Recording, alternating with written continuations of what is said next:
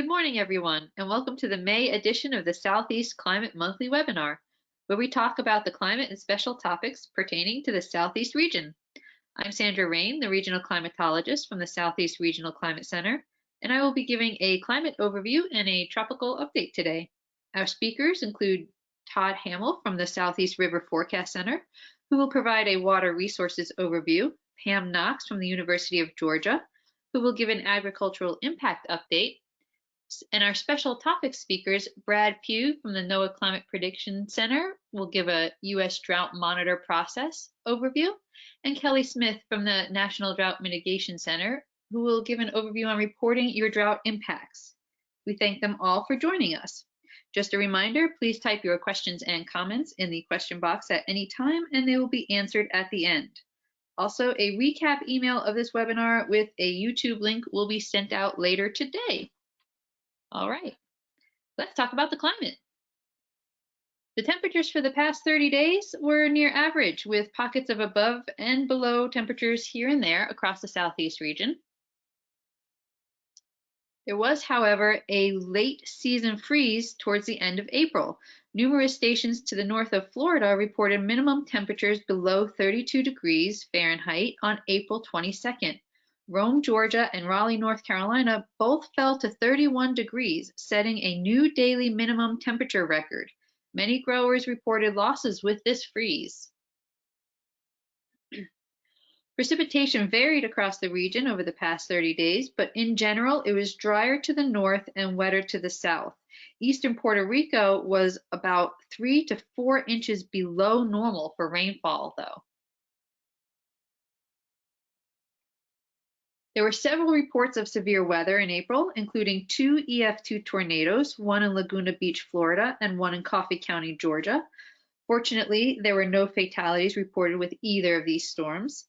There was also softball-sized hail reported in Orange Beach, Alabama, and this is quite rare for the Gulf Coast to see hail of this size. It is by far the largest hail ever recorded in Baldwin County, surpassing the 2-inch hail back in 2017. Typically for this time of year, there is a greater probability of severe weather across Oklahoma, Texas, and Kansas. But as we move on through June, however, we see the probability of severe weather increasing across the Southeast region. So this is something to be aware of as we continue to move through the spring season. Not much has changed since the last webinar as far as the ENSO update is concerned. We are under a La Niña advisory and an 80% chance of a transition to neutral. However, the next update will come out this Thursday, May 13th. Moving on to the tropical update, the 2021 Atlantic hurricane season has a few changes this year. The first being that with the new climate normals, the 30-year average number of storms has increased from 12 to 14. We will go over these normals in July, so stay tuned for that webinar. Another change is that even though the season officially begins on June 1st, the National Hurricane Center will now begin issuing routine tropical outlooks on May 15th at 8 a.m. Eastern Daylight Time. Also, we will no longer be using the Greek alphabet when standard names have been used, as the World Meteorological Organization Hurricane Committee has created a supplemental list of names. Some preliminary forecasts have been made already, including from Colorado State University and the Weather Channel. They both suggest another active season with more than average amount of storms. The good news is there doesn't appear to be any tropical activity yet, and so far none expected for the next 5 days. But it is Hurricane Preparedness Week, so now is the time to create and go over any plans for another potentially active season. As we move on to drought, we see the same situation of dryness still occurring in the western half of the United States, with it being less dry in the eastern portions. Closer to our region, however, at the beginning of April, we saw abnormally dry conditions and some moderate drought in Florida. Towards the end of April, however, and into May, The abnormally dry conditions have increased across the eastern Carolinas.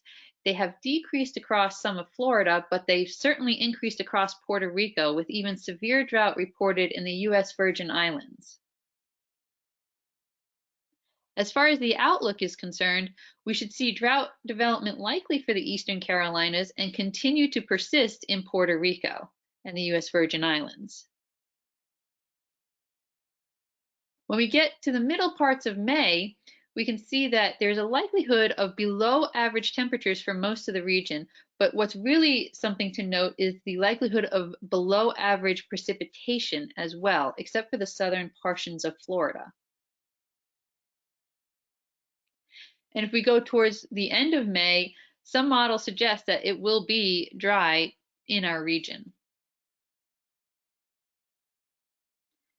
Hopefully, the 3-month outlook will see an increased likelihood of precipitation through June and July, but it will be a likelihood of above average temperatures as well. But for the rest of this week, we should actually see some rainfall. Just keep in mind that after this week, as we head towards the middle and later half of May, it will probably dry out.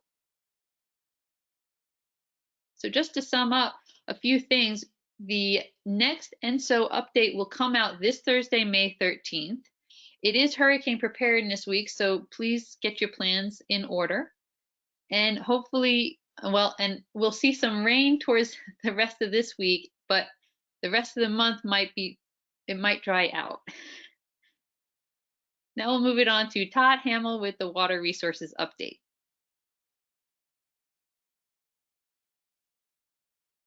Okay, so let's take a look at stream flows across the Southeast, and this is a general look at the stream flows, and for the most part, you see normal to above normal stream flows across many parts of the Southeast. The one exception, the real exception to this is as we get into North Carolina, we start to see some dryness in North Carolina in the stream flows in that area. And this is, as we get into this part of the year, when you look on the right side and we look at the whole South Atlantic area, this is the time of year where we've come out of our peak time of stream flows, and that we're starting to go into a more drier time, and that's typical for most of Southeast, and I'll talk about Florida here in just a sec more specifically. But as we start to come further down through the summer, our stream flows are typically lower. So as we would expect, our stream flows are starting to come down also. So we've been pretty close to normal over much of the Southeast, with again just a little bit more dryness in North Carolina. So let's go look more specifically at some of the areas. We look at Alabama, and you can see that they've been very up and down throughout the year. And so they've had some dryness as we got into middle of summer last year, but recovered through much of the year. And like most of the areas in the Southeast during winter, have got a lot of rain and were very wet. And the same goes for Georgia. As we start to look at Georgia, we can see that Georgia also was wet during that time. But again, as we would, like I said, in a normal year, we would expect them to start to dry out some during this time where we don't get quite as much rainfall. Our stream flows tend to be a little bit lower because we have competition for the water in the form of evapotranspiration from trees in the area. When we get down to Florida, they're a whole nother animal. They kind of change. We're starting to get to their very low part of the year. As we start to get into May and June, they start to get into their wet season. So they'll start to ramp up and see a peak sometime in that July through September timeframe. So they're really kind of at their low part of the year with respect to stream flows, and will really start to pick up. So let's go to the next one, which I believe goes up in our Carolinas. And so South Carolina, and we'll look at all three of these at once: South Carolina, North Carolina, and Virginia. And you can see how extraordinarily wet they've been over the last year, mostly above normal stream flows all through all three of these states for the most part until the last 30 days or so. That is when things have kind of dried out a little bit as we got to the end of their wet season and have dried out some. So even though they are coming down like they should, they're coming down a little bit more quickly those stream flows than they usually do. Now, with respect to the extended outlook and the stream, as mentioned before, that it does look like we're going to stay wet in those areas. And for the most part, through most of the southeast, as we get into the summer, about an inch of rain will keep things near normal as far as the actual rainfall amounts. But climatology says that we will likely continue to slowly fall in some of those stream flows. A lot of times we need above normal rainfall to get those to come back into the above normal area. So we may end up staying in this normal area, at least for the early part of the summer. So let's go ahead and go to the next slide. So our river conditions, we have one forecast point that's left in flood. We do have a lot of action stage rises from last week's rainfall throughout the southeast, and some of these that are further down stream and closer to the coasts have been from rainfall earlier in the month and last month. And so we do have still some lingering things from that, but recent rainfall in Alabama and the Florida Panhandle have continued to keep those streams above normal for this time of year. So, but as you can see, the Carolinas have settled down a little bit, whereas before we had plenty of rain and plenty of flooding during that time. Now we've kind of quieted down. So let's go ahead and look at the next slide, which talks about where we are with the climatology of the stream flows and on our flooding. And this is the Southeast RFC climatology, and we are in week 19. And as you can see, the peak of our flood season tends to be in weeks 9 through 11, or 13 or so, right in that time frame, which is the February and March time frame. We kind of peak at the end of March and early April, and we've really come down. And this is what we would expect this time of year, that we don't see quite as much flooding. And although, as you can see, we can get flooding at any time of the year. And so we have to look for that. But right now it looks like, even though we're going to get some rain this week, it doesn't look like we're going to produce any new floods. And so things, again, are quieting down for this time of year. And so the next slide. And so because everything has kind of slowed down just a little bit, we're expecting typical flooding for this time of year. Again, we can get flooding during any time of year, and we have to watch the weather systems to see how they come through. But right now it looks like we're just looking at normal flooding. And as I mentioned, I didn't mention it earlier, but Lake Okeechobee has been above 14 feet since last August and came down earlier this week. And it's been a long time since it has been down below that. But that was through their dry season, and now we'll be starting in the next month or so to get back to their wet season, and they'll start to see more rain in the area. So there's a lot of things going on, but again, we would expect typical. We start to get rainy season there. We start to dry out and have more convective type thunderstorms, summer type thunderstorms through the rest of the southeast as we get into June. So we'll be waiting for that, and we'll be seeing how that goes. And I think I just have my last slide. And so our summary is, we're looking at, stream flows have finally come back into normal over most of the area. And so that's why we're looking for slightly above normal possible precipitation over the next 3 months. So it means that we are looking for normal, typical type flooding during that time. And that's it for me. All right, well, thanks, Todd. I'm going to just give a few highlights of the agricultural impacts to make sure we have plenty of time for our guest speakers. So Sandra's already talked about some of these. I'm going to just talk a little bit more about the impacts on agriculture. We had a frost early in April, just before our last webinar, and then the frost since then on Earth Day occurred and caused a lot of problems in the northern part of Georgia. They had escaped the earlier frost because the crops really weren't far enough along, but they got nipped by this one. We had some places that had quite a bit of loss with grapes and apples. Then the heavier rain that we had in late April, which was associated with that hail event that Sandra mentioned, washed out a lot of planted fields and delayed the planting of peanuts and cotton. If you look at the statistics for how they're being planted this year, they're a little behind the long-term average because all this weather has really delayed things. And then that severe weather and hail also caused some damage to the crops in southern Georgia. So we go on, I've got a few pictures to show of some of these conditions. First of all, the late Earth Day frost, some people call it Easter because that's easier to remember, but it actually occurred on April 22. Just the only morning where it got down below 30 in those locations that are shown there on the map. So definitely a killing frost, and a photograph there of a completely frozen grape.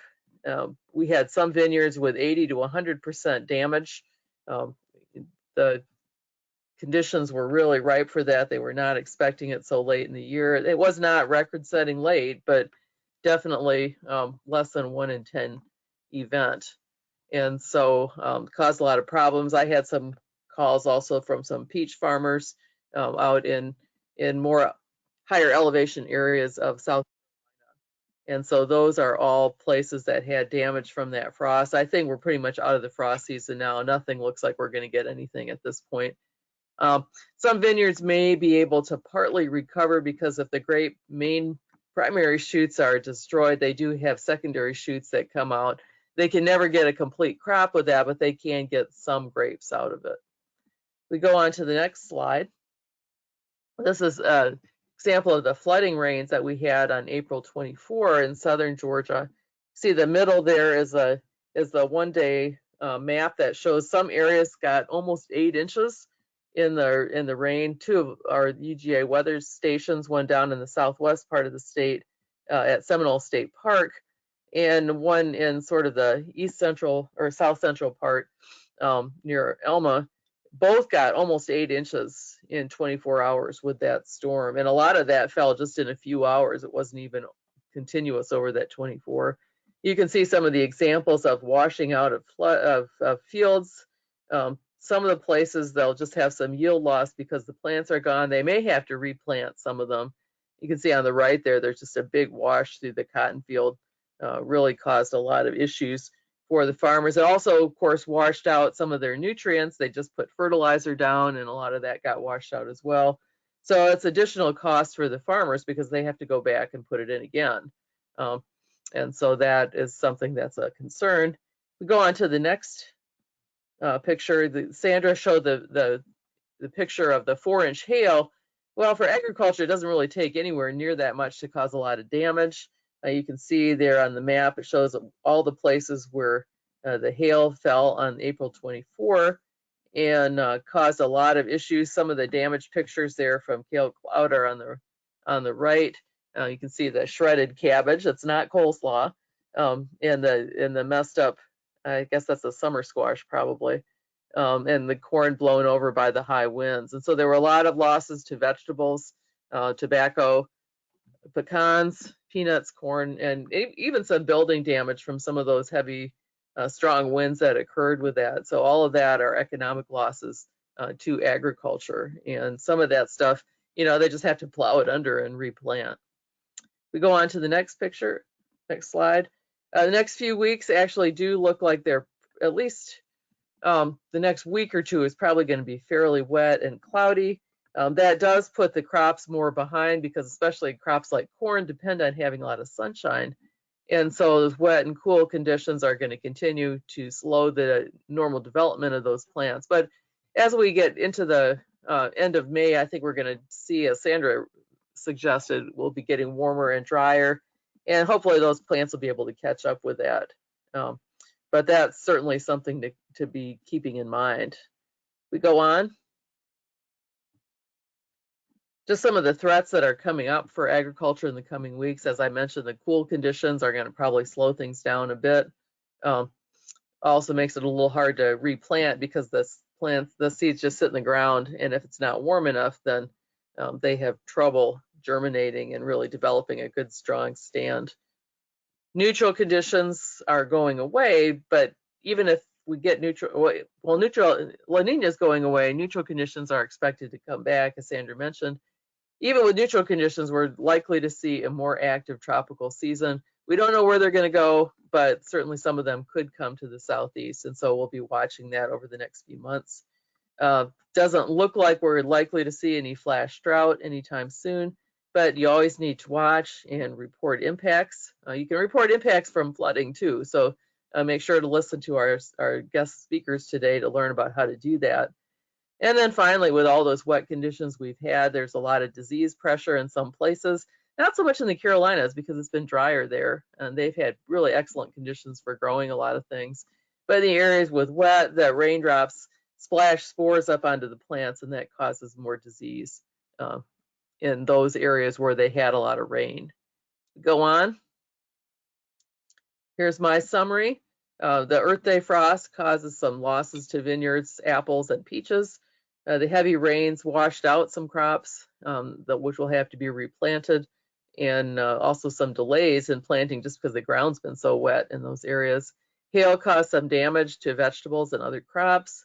The cool temperatures next week are going to probably slow the crop development a little bit more, although they'll probably grow out of it in the warmer weather after that. And then so far, no sign of drought except in South Florida, and they're just about to go into their rainy season, so that's not really expected to continue. We do, on the short term, expect to see some drier conditions continue in the Carolinas, but again, I don't know that that's a long-term likelihood. And that's all I've got. And so I'm going to pass it on to our guest speakers. Great, thank you, Pam. I'd like to introduce Brad Pugh from the Climate Prediction Center. He's one of the authors of the U.S. Drought Monitor. We thought we would focus on this because the U.S. Drought Monitor is a heavily used and shared map throughout the country. We use those every month in our webinar series. So this will give you a little bit more background on what the map is, how it's made, and an opportunity to answer any questions. And then we'll follow up with that with an opportunity for you to report on your drought impacts that you're seeing in your own backyard, in fact. So with that, I would like to go ahead and Brad, go ahead. All right, yeah, good morning, everyone. Guess you can go to the next slide. All right, so yeah, starting off with I guess some good news that most of the southeastern U.S. is drought-free, except for that small spot of D1 in southwest Florida. But as Pam noted, that should be coming to an end in the coming weeks as the wet season ramps up. I guess the one hotspot for dryness is the Carolinas. Currently, you can see the abnormal dryness, D0 there, especially eastern North Carolina, which appears to be, should be relatively dry over the next 1 to 2 weeks. So that area could slip into drought, but that could just be short-lived. Next. There's the outline here, pre-US Drought Monitor tools. Give you all a background on the USDM and its concepts. Talk about a few of the indicators, especially for the Southeast, that we rely upon. Talk about the software that's used to create the map. And I'll briefly talk about impacts, but Kelly has more on that after I conclude. Next. Right, so yeah, before the U.S. Drought Monitor began in 2000, the decades preceding that, the 1960s through the 1990s, the Palmer Drought Index reigned supreme. That was really the primary index that was used to depict where drought was ongoing. It's more applicable for the Great Plains, so that it did have a little bit of limit in its feasibility, but once the Drought Monitor began in 2000, many more tools were used by the authors, including impacts, to depict drought conditions. Next. So since 1999, around 11 authors among several different agencies have produced weekly composite drought maps with input from numerous federal and non-federal partners. The U.S. Drought Monitor is released once a week, every Thursday morning. We also have a drought outlook, both seasonal and monthly, that comes out. And in 2003, we transitioned from using a dated software called CorelDRAW to GIS. And there's 5 different categories, starting with abnormal dryness, D0, which either depicts going into drought or coming out of drought. And then your varying intensity levels from D1 moderate to D4 exceptional drought. Next. So the Drought Monitor, it's a consolidation of current conditions and impacts into one comprehensive national drought map. So you can think of it as a snapshot in time for the most accurate depiction of drought conditions. It's not a model. It's not just relying upon precipitation. And it's also not a forecast. We do have the monthly and seasonal drought outlooks. And it incorporates local expert input from various sources, email, impact reports, and tweets. And we have both short-term and long-term drought designated on the map. And our goal is to be as objective as possible, and we rely upon the percentile methodology to put everything in a historical perspective. Next, please. So the authors use a convergence of evidence approach to create the most accurate map. Many types of drought information can be collectively analyzed, and those various sources, where they converge and support the depiction, that's what the authors go on. And we look at many tools, receive local feedback and impacts. But yeah, we have to not just rely on like the worst indicator or the best indicator, but go with the best supporting evidence. And impacts are the ground truth. Kelly will talk about that here in a minute. And the Drought Monitor rates drought intensity by percentile rankings. This can be applied to any parameter from precipitation to soil moisture, and also can be used for any length of the record of the data. And once again, this puts the drought into a historical perspective. Next. So just give you a little timeline here of the process that the authors go through each day of the week. We send out a draft map by the close of business on Monday. Tuesday, typically continue to receive additional input from local folks, and send out a second draft. And it's an iterative process. We continue sending additional drafts out as needed on Wednesday. Finish with the narrative Wednesday afternoon and complete the map. And then on Thursday morning, 8:30 Eastern time, the final map and text is released at the National Drought Mitigation Center website. Next.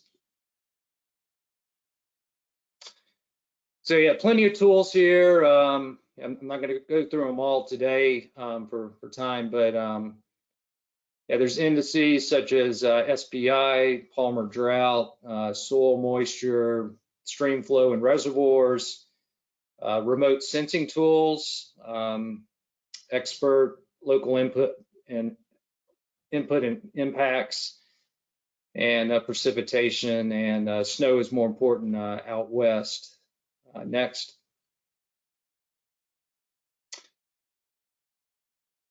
Yeah, so the next few slides here, to talk a little bit more on the, I guess, the bread and butter in terms of tools for the southeastern U.S. At least from my perspective as an author, I'm one of the newer authors that just started about a few years ago as an author. Here's the 30-day SPI, Standardized Precipitation Index. So you can see the short-term dryness there in the Carolinas. Conversely, the wetness along the Gulf Coast. Next. And just some descriptions of the SPI, since it is relied upon so much by the authors. Gets into a little statistics here, but it's a number of standard deviations that observed cumulative precipitation deviates from the climatological average. And the purpose of the SPI is to assign a single numeric value to precipitation, and that can be used to compare across different regions with varying climates.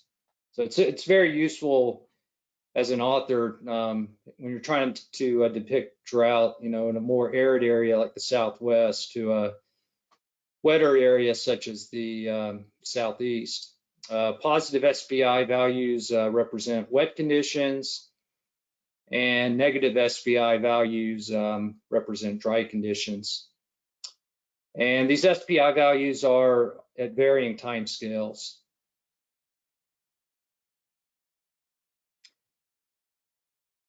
Yeah, another thing that's used is soil moisture ranking percentiles. You can see the excessively wet conditions there, lower Mississippi Valley, above the 80th or even 90th percentile currently. Next.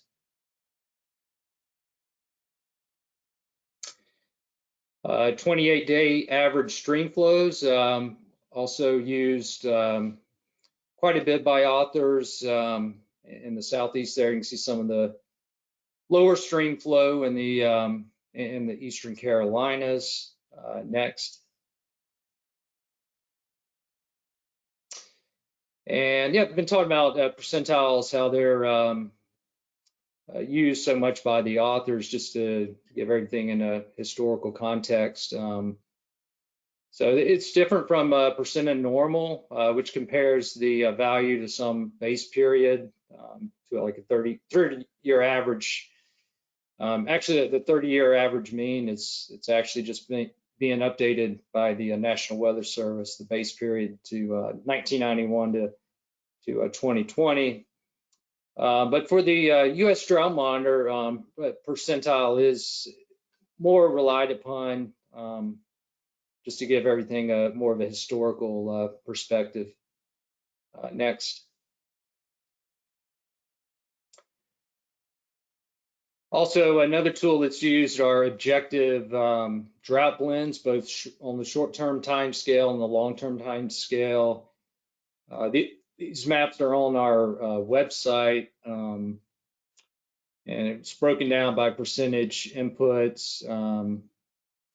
But yeah, the authors also use this to kind of help to decide between whether the drought's more short-term or long-term in nature. Next. And here's the map with the different categories. So you start off with D0, which is abnormal dryness. And that could be either going into drought or coming out of drought. And then you go up, D1 is moderate drought, continue going up, severe, extreme, exceptional. And those are the percentiles associated with those categories. Below the 20th, between the 10th and 20th percentiles, D1, moderate drought, and exceptional drought is in the bottom, the lowest second percentile there. And typically, short-term drought is on the on like a month to 3 month time scale. And then once you get up to like 6 months and beyond, that's considered short and long-term drought. Next. And this is a drought classification table. I won't go through this this morning, but that ULR there on the bottom, the website actually has state impacts associated with each state. It's fairly descriptive.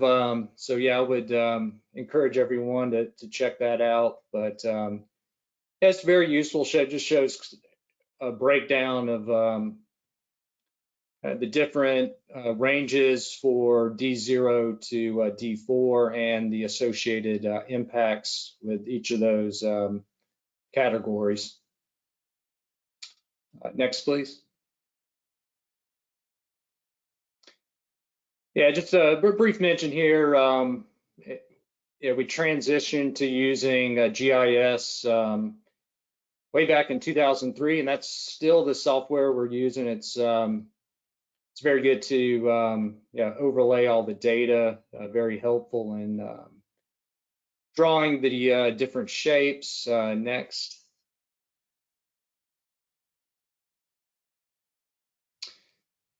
Yeah, so before GIS came around, just in the first few years of the Drought Monitor, actually had to eyeball, you didn't have the ability to overlay different layers of information. So this is much better to use to depict a accurate map. Next. Yeah, so this is just a snapshot, the layers with all our different sources of information there on the left-hand side. So you can click these on and off to yeah, check out different tools. Next. And just this example of you know, what we're the different shapes here. You click on the shape and you edit the vertices so to modify the different D0 to D4 levels. Next. There's also in situ station data that's used as well. So this is just an example of that with a 90-day SPI plotted in different drought category colors. Next. Yeah, so yeah, I've been talking about a lot of the objective tools, but very important to stress that yeah, authors do consider and the feedback from local experts very important. Yeah, we encourage everybody to yeah, help us out in that respect. And Kelly's going to talk a little bit more about reporting those impacts here in a little bit. Next.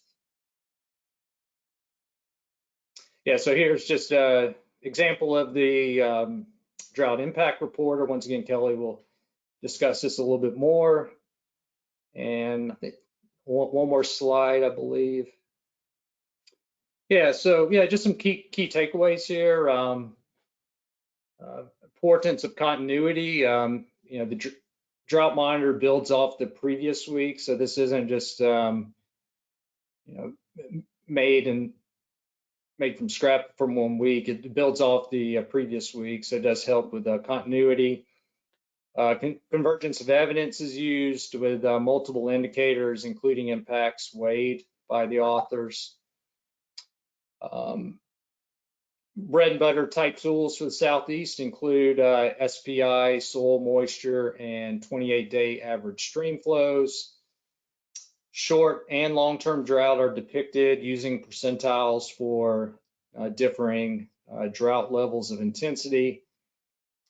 And the engagement of varying sectors is important to depict the most accurate snapshot of drought. Next, please. Yeah, so yeah, thanks for your time. If you have any questions, please shoot me an email. Great, thank you so much, Brad.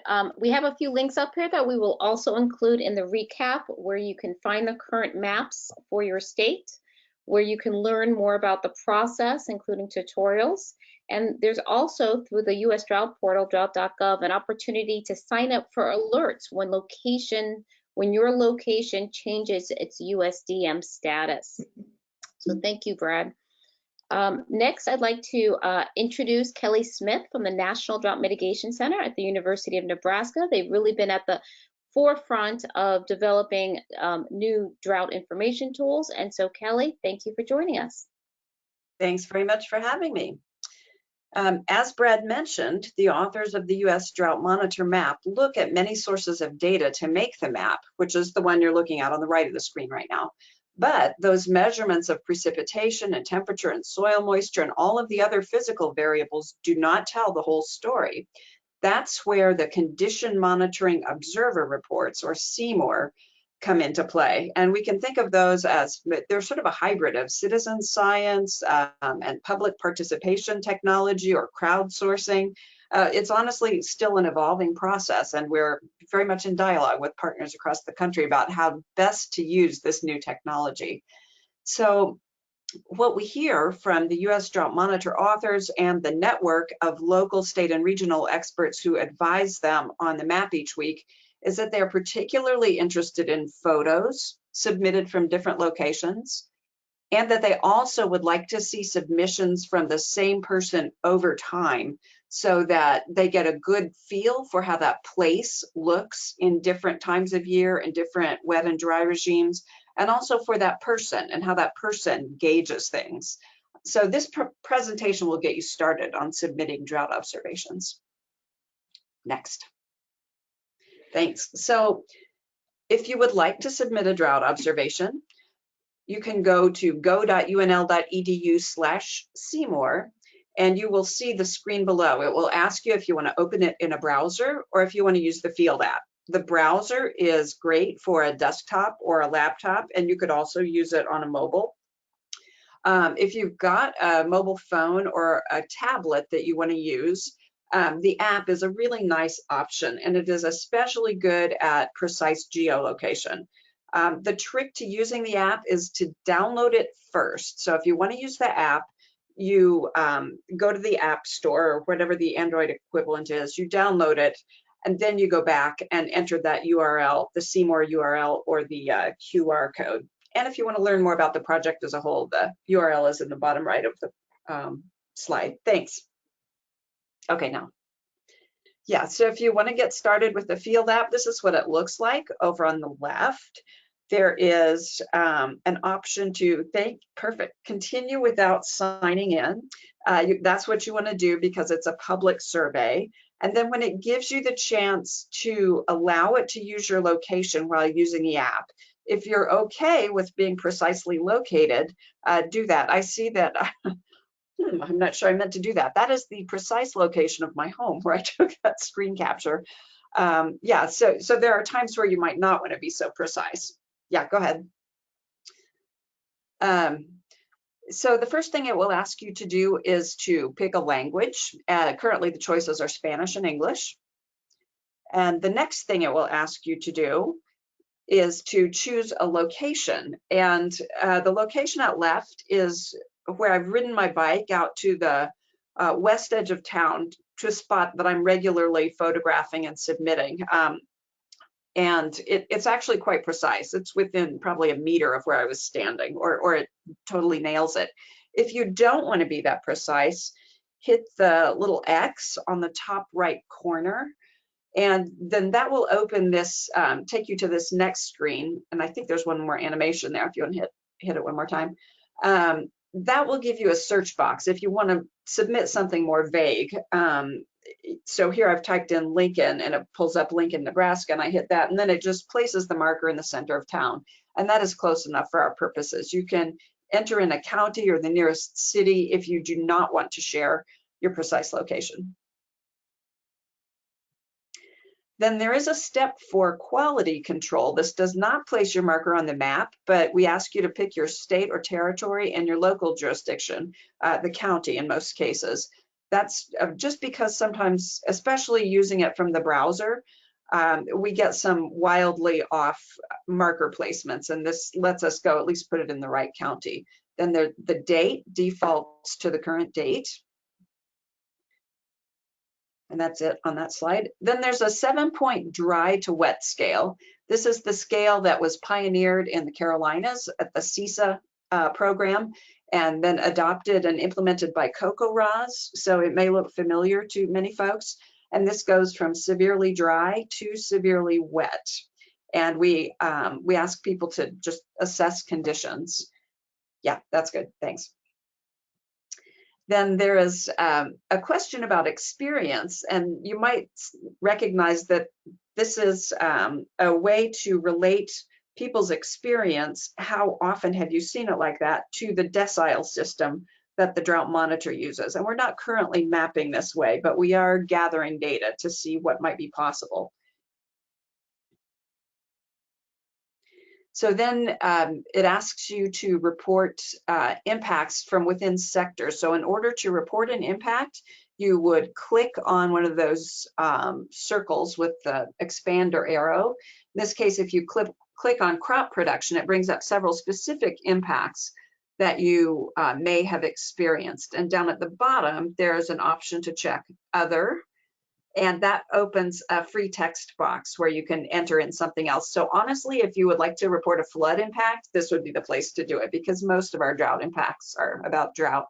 So then you can upload photos. You can upload up to 5 photos. Please provide caption information or even a photo taken at a different time that helps us understand what we're seeing as it relates to drought. And by uploading a photo, you agree that it may be used and shared for educational and management purposes. But if we're going to publish it, we usually try to contact you and see if you want your name used. If we don't get in touch, we just say user submitted. Thanks. Then we ask people what their role is. If they're an extension specialist or a farmer, that question is optional. If for some reason it's occasionally come up that people don't want to identify their roles, that's fine. You can skip it. The next question is not optional, your name and email, but we don't display that information publicly. We do, however, share it with Drought Monitor authors and with different state or regional groups that are involved in assessing drought to get at that credibility question. They really want to know who is submitting reports. And then when you click submit down at the bottom, you can go find your dot on the map. This is where this is my buffalo, my bison photo that I've uploaded most recently. Probably for the sake of time, we can go ahead. And a couple things I wanted to draw your attention to. The time slider at the lower left, you can expand or contract the window of time that you're looking at. And you can also kind of play it like an animation, get it to advance a week or a month at a time. Then in the top left, you see that some of the maps have this cue that says see detail. If you click on that, yeah, go ahead. If you click on that, it'll take you to a map that only shows impacts from that sector. And in this case, because the dark blue tab on the top is pasture, you're only seeing a single impact where people have said that drought is affecting their pasture conditions. Next slide, please. And then finally, I just wanted to call your attention to the far right tab is photos. We update this every Monday because the photos are not quite as automated as some of the rest of it. They appear immediately on the map, but to get to a map of only impacts that show photos, only observations that include photos, we update that every Monday. So that's kind of a quick way to get to the good stuff if it's photos you're interested in. Also, we've added the US Drought Monitor as a layer. It's only the current one, so it disappears if you're looking at the past. And this little kind of stack of things that's circled over on the right is where you can toggle that layer on and off if you don't want to look at that. And I think that was my final slide. Yep. Thank you. Great. Thank you so much, Kelly and Brad, for our guest speakers, and to our other speakers, including Sandra, Todd, and Pam. We have quite a few questions. If you have some others, please go ahead and put them into the question box. To the panelists, I will go ahead and read those out, and we'll see how many we can get to in the next 7 minutes or so. Just a reminder that we will be sending out, hopefully by the end of today, an email that will recap today's webinar, as well as providing a link that you can share on your websites, as well as a YouTube recording link to the webinar itself. We have 2 webinars that were coming up that were mentioned already. One is the National Weather Service's 2021 Hurricane Outlook.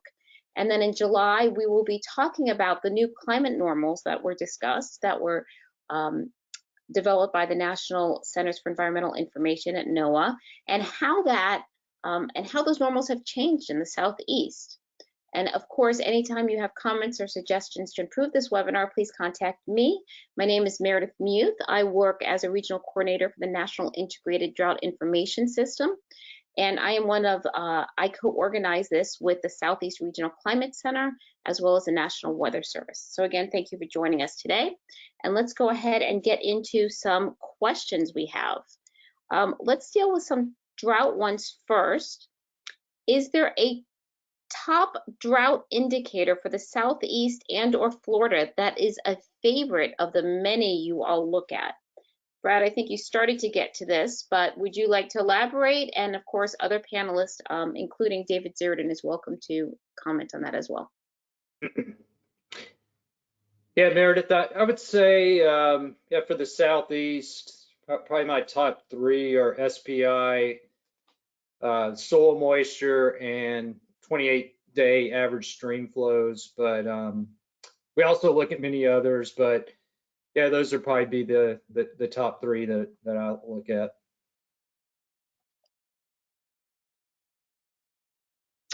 Are there any other panelists that would like to respond, as you might have your own special indicators for the Southeast or for the state that you work in?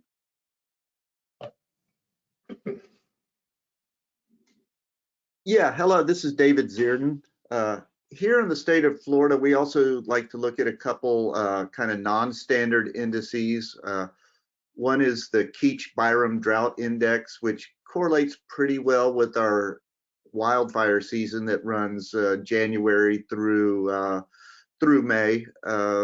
Also, the University of Alabama Huntsville has a lawn and garden moisture index, which is very good at capturing quickly developing or flash drought across the Southeast, especially during the growing season. That's great, thank you. Yes, we usually use that, the Lawn and Garden Index, in this webinar series as well. Very common. Okay, the next question is related to the SPI map. What are the white areas in the map? Are those tribal nation lands, or are they some data gap?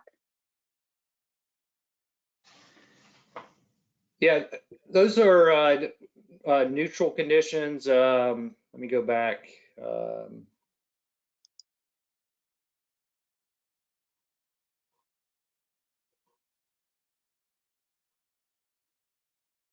Oh, okay. No, that's what you're, yeah, they're asking. Yeah, I'm not sure actually. What it's some type of mask. Yeah. Yeah, good question. Okay. Here's a question again about drought. Do drought hotspots or common drought locations such as southern Florida, parts of the Carolinas, etc., do they vary, or are they affected by climate change patterns or changes in the climate? What, especially for, I think this is a great question for those of you who have been working in the region for a long time. Have you seen many trends in the changes of drought?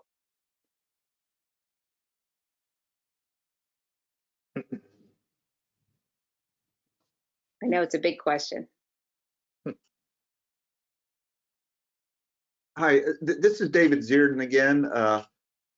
We really haven't noticed a change in the frequency or severity of drought as associated with climate change, but there's a huge impact of the El Niño La Niña cycle.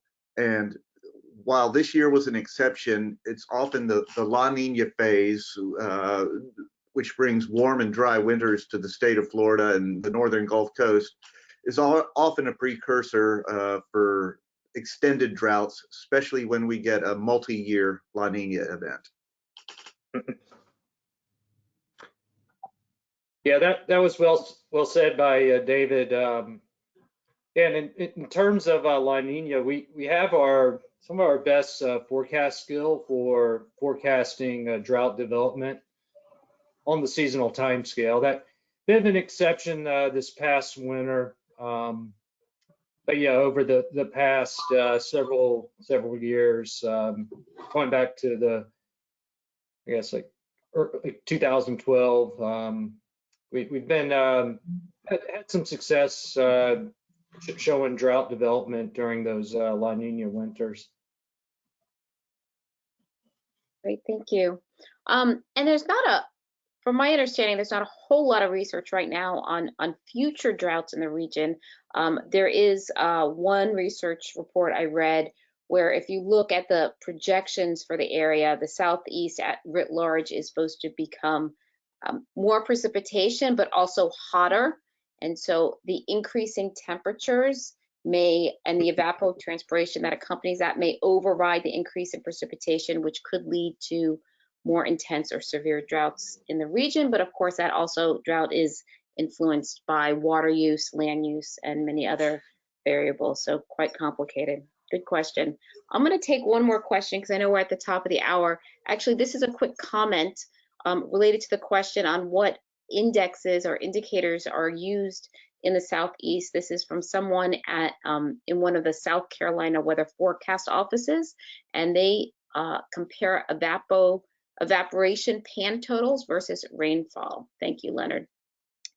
And then my last question I'm going to give to Kelly. When does the Seymour website get updated daily? Or when does it get updated? When people click submit on an observation, it appears in real time. The only thing that we have to update manually is creating a layer that is photos only, and we do that on Mondays. But the photos are still visible. You just have to kind of pick through all of the different points to find them on the main maps. But the photos only map, just the process of that filtering process doesn't occur in an automated fashion. Great, thank you, Kelly. There's a number of questions we were not able to get to. We'll try to respond to those offline. One was asking, are there drought maps for other regions such as the Northeast? Absolutely. You can explore the U.S. Drought Monitor on the National Drought Mitigation Center's website. Again, we'll provide that link. Also, the new U.S. Drought portal, drought.gov, utilizes the Drought Monitor data and allows you an opportunity to overlap it and even look at it at really specific locations, zip code, and add in other aspects such as agriculture, crops, etc. So feel free to check that out. And so with that, I just want to again thank you so much to all of our panelists, and I hope you can join us next month for our 2021 Hurricane Outlook, and have a wonderful day, everyone. Thanks, bye-bye.